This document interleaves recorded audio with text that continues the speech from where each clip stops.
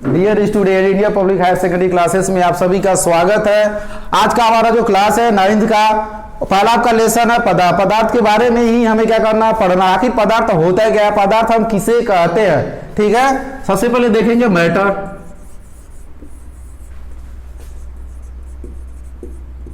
अब सबसे पहले हम ये जानेंगे कि पदार्थ किसे कहते हैं, पदार्थ किसे कहते हैं, इसी के बारे में पढ़ना है। तब उसके आगे हम थोड़ा बढ़ेंगे कि क्या क्या होता है, किसके अंतर्गत क्या गुण पाया जाता है, किसे कहते हैं, आखिर क्यों कहते हैं। ठीक है, सबसे पहले हम ये जानेंगे कि व्हाट इज मैटर, मैटर क्या है, पदार्थ आपका क्या है। ठीक है, तो वह चीज या वह वस्तु हम कह सकते हैं जिसमें स्थान गिनने की शक्ति होती है एवं उसमें भार होता है, भार के साथ साथ अपनी ज्ञान इंद्रियों के द्वारा हम उससे क्या कर सकते हैं, महसूस कर सकते हैं, वही आपका क्या कहलाता है, पदार्थ कहलाता है। पदार्थ का क्लासिफिकेशन जब किया जाता है तो 2 टाइप्स में इसको कन्वर्ट कर दिया जाता है, 2 टाइप्स में कन्वर्ट कर दिया जाता है। पहला आपका होता है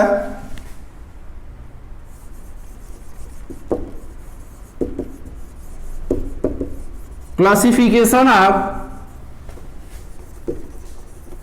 फिजिकल, सेकेंड आपका होता है क्लासिफिकेशन ऑफ केमिकल। सबसे पहले हम ये देखेंगे कि क्लासिफिकेशन ऑफ जो आपका फिजिकल है, ठीक है, कि हम कह सकते हैं कि भौतिकी के आधार पे जो आपका मैटर होता है इसको कितने भागों में बांटा जाता है, आखिर क्या होता है। तो इसको भी कितने भागों में बांट दिया जाता है, 3 भागों में बांट दिया जाता है। पहला आपका होता है ठोस, दूसरा आपका द्रव होता है, तीसरा आपका गैस होता है। थोड़ा सा आगे अगर हम जाएंगे तो हमें पढ़ना पड़ेगा, इसके अलावा भी कुछ ऐसी अवस्थाएं स्टेट होती हैं जो पदार्थ के ही अंतर्गत क्या होती हैं, पाई जाती है। सबसे पहले हम ये देखेंगे कि ठोस, जिसको सॉलिड बोला जाता है, सेकेंड आपका होता है लिक्विड, तीसरा आपका होता है गैस। अब हम ये देखेंगे कि ठोस किसे कहते हैं और द्रव किसे कहते हैं, गैस किसे कहते हैं, किस वस्तु को हम कहते हैं कि ठोस है, कि वो द्रव है, कि गैस है।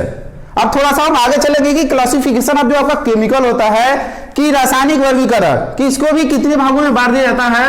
रासायनिक संगठन के आधार पर भी जो आपका मैटर होता है, जब इसको केमिकल के तौर पर हम लोग पढ़ते हैं, ठीक है, तो उसको भी कितने भागों में बांट दिया जाता है, 3 भागों में बांट दिया जाता है। कहीं कहीं आपको 2 भागों में भी मिलता है, कहीं कहीं आपको कितने भागों में मिलता है, 2 भागों में मिलता है। पहला आपका मिलेगा शुद्ध मिलता है,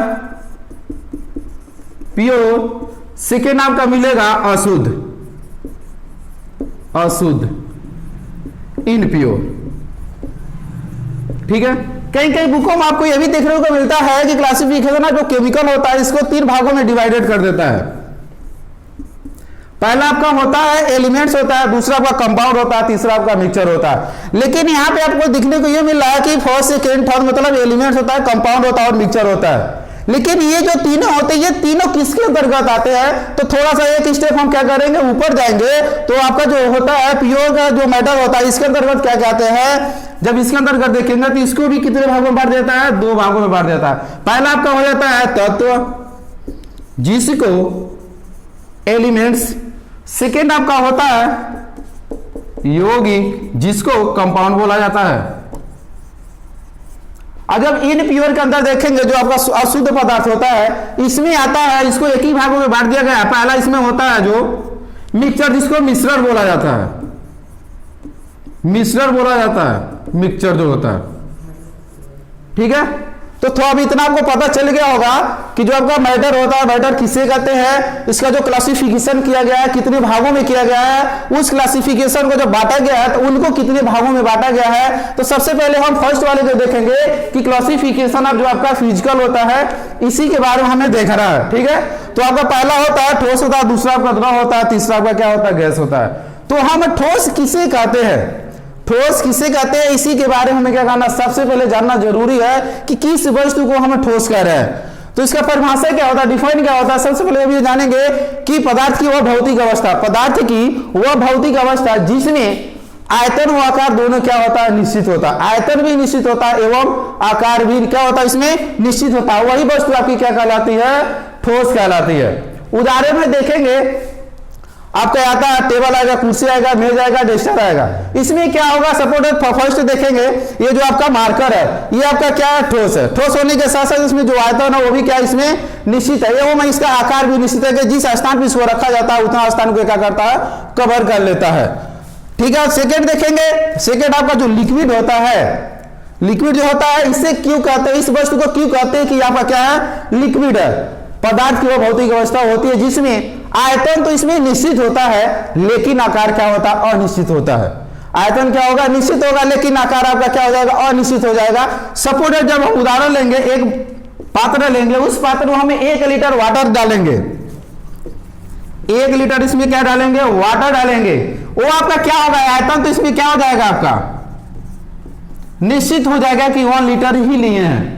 लेकिन उसमें जो आकार होगा, आकार आपका निश्चित नहीं होगा। जिस पात्र में आप डालेंगे उस पात्र को पूरे तरह का जो सतह होगा उस सतह को क्या कर लेगा, पूरा कवर कर लेगा। अब हम गैस में देखेंगे, गैस में क्या आता है, आयतन और आकार दोनों क्या आता है, अनिश्चित होता है। इसका जो परिभाषा आपका आता है पदार्थ की वो भौतिक अवस्था, क्योंकि हम भौतिक के ही बारे में पढ़ रहे हैं, इसीलिए जो इसका परिभाषा हमको निकल के आ रहा है, पदार्थ की वो भौतिक अवस्था जिसमें आयतन और आकार दोनों क्या होता है, अनिश्चित होता है। ठीक है, उदाहरण में देखेंगे, हाइड्रोजन हो जाएगा, हीलियम हो जाएगा, नाइट्रोजन हो जाएगा, ये सब क्या आपके गैसेस है। गैस है, क्यों कहते हैं कि उसमें क्या होता है, आयतन और आकार दोनों क्या होता है, अनिश्चित होता है। आप लोग बैलून को देखोगे, उसमें हम कितना हवा डालना नहीं पता चल रहा, वो कितना साइज को कवर कर रहा है ये भी नहीं हमें पता। जब उसको फोड़ते तो कहां तक जाता है, कितना रहता है ये भी नहीं हमें पता रहता। मतलब ये यहाँ से ये हमें निकल रहा है, इसका जो परिभाषा गैस, इस वस्तु को हम करें कि वो गैस है, क्यों करें, क्योंकि उसमें आयतन और आकार दोनों क्या हो रहा है, अनिश्चित हो रहा है। ठीक है, अब सेकेंड हम देखेंगे क्लासिफिकेशन आपका जो केमिकल होता है, इसमें इसको भी कितने भागों में बांट दिया जाता है, 2 भागों में बांट दिया जाता है। पहला आपका होता है प्योर होता है, दूसरा आपका इनप्योर होता है। ठीक है, अब हम देखेंगे कि शुद्ध जो होता है, शुद्ध आपका जो पदार्थ होता है कौन कौन सा होता है। इसमें आपका आता है एलिमेंट्स आते हैं जिसको तत्व बोला जाता है। सेकेंड आपका होता है यौगिक होता है।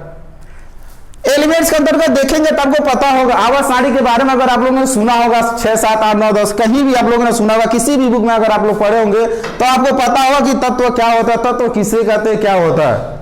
आखिर तत्व होते हैं तो कौन कौन से तत्व होते हैं, किस प्रकार के तत्व होते हैं। इसमें हम पढ़ रहे हैं कि शुद्ध मतलब प्योर मैटर, शुद्ध पदार्थ। जब कुछ ऐसे तत्व होते हैं जो एकदम शुद्ध होते हैं, एवं ये भी सभी तत्वों को अगर देखा जाए, जब स्टडी किया जाता है बारीकी से अध्ययन से, तो इसमें सारे एलिमेंट जो आपको होते हैं एकदम प्योर होते हैं, क्योंकि उन तत्वों को जितना भी भागों में हम डिवाइड करेंगे, अलग अलग करेंगे जैसे, तो उसमें हर जगह उसका जो टुकड़ा होगा सब जगह वही चीज आपका एलिमेंट से निकलेगा। सपोर्टेड हम सोडियम अगर हम टुकड़ा ले लेंगे, जो आपका Na होता है, अगर इतना बड़ा हम टुकड़ा ले लिए, इस टुकड़े को हम एक नहीं हजारों भागों में अगर डिवाइडेड कर दे, भाग काट दे, पीट दे, अलग कर दे, तो हर जगह इसका जो टुकड़ा होगा अलग अलग होगा, लेकिन उसमें क्या नहीं परिवर्तन होगा, जो इसका संकेत होगा।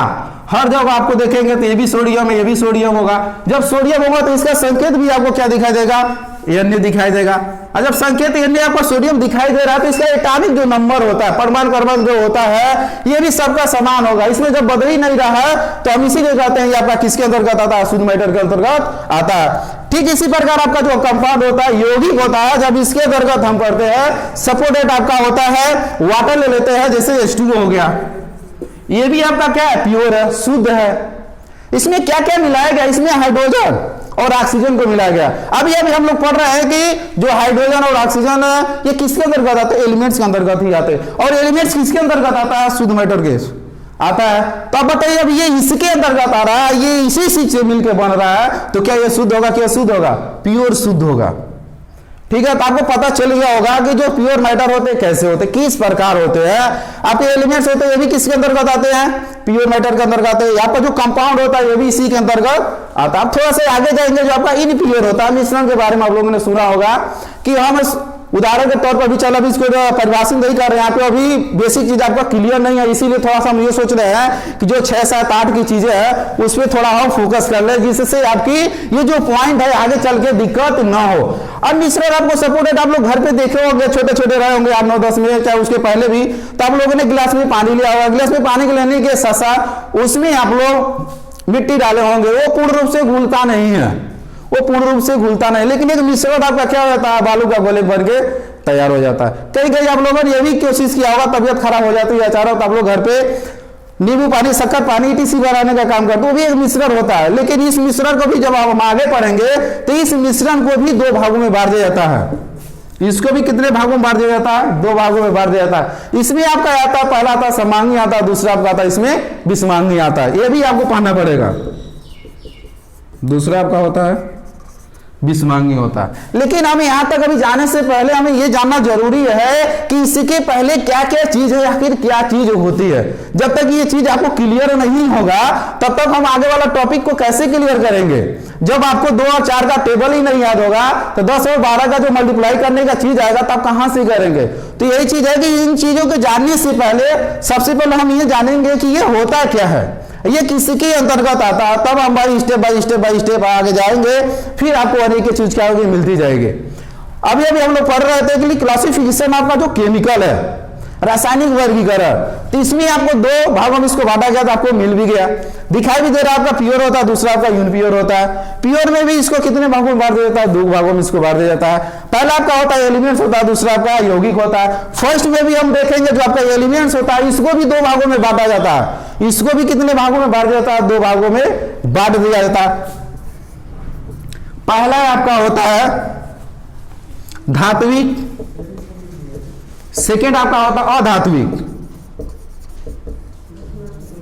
जिसको मेटल बोला जाता है, और एक को क्या बोला जाता है? Non metal. फिर एक कुछ ऐसे एलिमेंट्स होते हैं जिसमें मेटल और नॉन मेटल का गुण पाया जाता है, जिसको उपधातु बोला जाता है। जब आप लोग धात्विक और धातु मतलब मेटल और नॉन मेटल के बारे में पढ़ेंगे, जब उनमें से कुछ ऐसे भी आपको एलिमेंट्स दिखाई देंगे, ऐसे भी आपको तत्व दिखाई देंगे जो दोनों का गुण रखेंगे, एलिमेंट नॉन मेटल का भी रखेंगे और मेटल का भी गुण रखेंगे, तो उनको एक अलग नाम दिया जाता है, जिसको क्या बोला जाता है? उपधातु बोला जाता है। सेकेंड आपका होता है कंपाउंड। कंपाउंड को भी 2 भागों में बांट जाता है। पहला आपका होता है ऑर्गेनिक कंपाउंड होता है, दूसरा आपका होता है, ठीक है, इनऑर्गेनिक। इसके बारे में भी आपको पढ़ना पड़ेगा। थोड़ा और ऊपर की क्लासेस में जाएंगे तो आपको यहां तक आना पड़ेगा। जो आपका कंपाउंड होता है, यौगिक होता है, इसको भी 2 भागों में बांट जाता है। पहला आपका होता है ऑर्गेनिक होता है, दूसरा आपका क्या होता है? इनऑर्गेनिक होता है। ऑर्गेनिक में देखेंगे, सेकेंड आपका होता है इनऑर्गेनिक। कार्बनिक यौगिक होते हैं और अकार्बनिक यौगिक होते हैं। इसके बारे में भी आपको जब 11 में जाएंगे और 12 में पढ़ेंगे तो इसके बारे में भी आपको अध्ययन करना पड़ेगा कि कार्बनिक क्या होता है और अकार्बनिक क्या होता है। स्टडी आपके जो एलिमेंट्स होते हैं वही आपके किसके अंतर्गत आते हैं, ठीक है। तो जो आपका आता है इनऑर्गेनिक आता है, वही इसके अंतर्गत को क्या करता है? पाया जाता है। जब हम कार्बन के बारे में अध्ययन करेंगे, study of carbon it to guard organic compound, इसी को हम बोलते हैं कि कार्बनिक यौगिक है, ठीक है। जब इतना भी हम जाएंगे तो 11-12 में हमें मिलेगा यहां से। लेकिन यहाँ आने से पहले हमें जो आपका जो लेसन है, जो आपका लेवल है, उस लेवल से को जानना सबसे पहले जरूरी है कि हम जिस लेवल पे हैं उतना हमें क्लियर हुआ है कि नहीं हुआ। क्योंकि अभी हमें इतना बहुत हो गया, बता दिया, समझा भी दिए आपको। आप लोगों को 6, 7, 8 में आए होंगे तो आप लोग ठोस द्रव गैस के बारे में पढ़े होंगे। फिर इसके अभी आता आगे जो हम लोग पढ़ेंगे तो प्रैक्टिकली तौर पर भी 2 भागों में भी इसको जो आपका भौतिकी होता है, फिर अभी आपको 2 मिलता है। चौथा अवस्था का प्लाज्मा होता है, 5वां का पोस्ट आयनिक कंडेंसेशन होता है। वो किस घड़ी होता है, कैसे होता है? जब हम आप लोग स्टडी करते हैं, लैब में कोई काम करने का करते हैं तो उसमें आपको 2 चीज मिलता है, जैसे आपका ठोस और द्रव। ठोस और द्रव के बीच में एक ऐसी कंडीशन आती है, ठोस और द्रव के बीच में एक ऐसी कंडीशन आती है, वही कंडीशन आपका क्या कहलाता है? प्लाज्मा की अवस्था कहलाती है। नहीं वो ठोस होगा, नहीं वो द्रव होगा। अगर द्रव होता है, जो आपका गैस होता है, इनके बीच भी एक कंडीशन आती है, एक अवस्था आती है। वही अवस्था आपका जो 5वां अवस्था होता है, पोस्ट आयनिक कंडेंसेशन होता है, वही आपका 5वां अवस्था। नहीं वो द्रव होगा, नहीं वो गैस हो, वही आपका पदार्थ का जो 5वां अवस्था होता है, इसी के बीच का जो कंडीशन होता है वही पाया जाता है।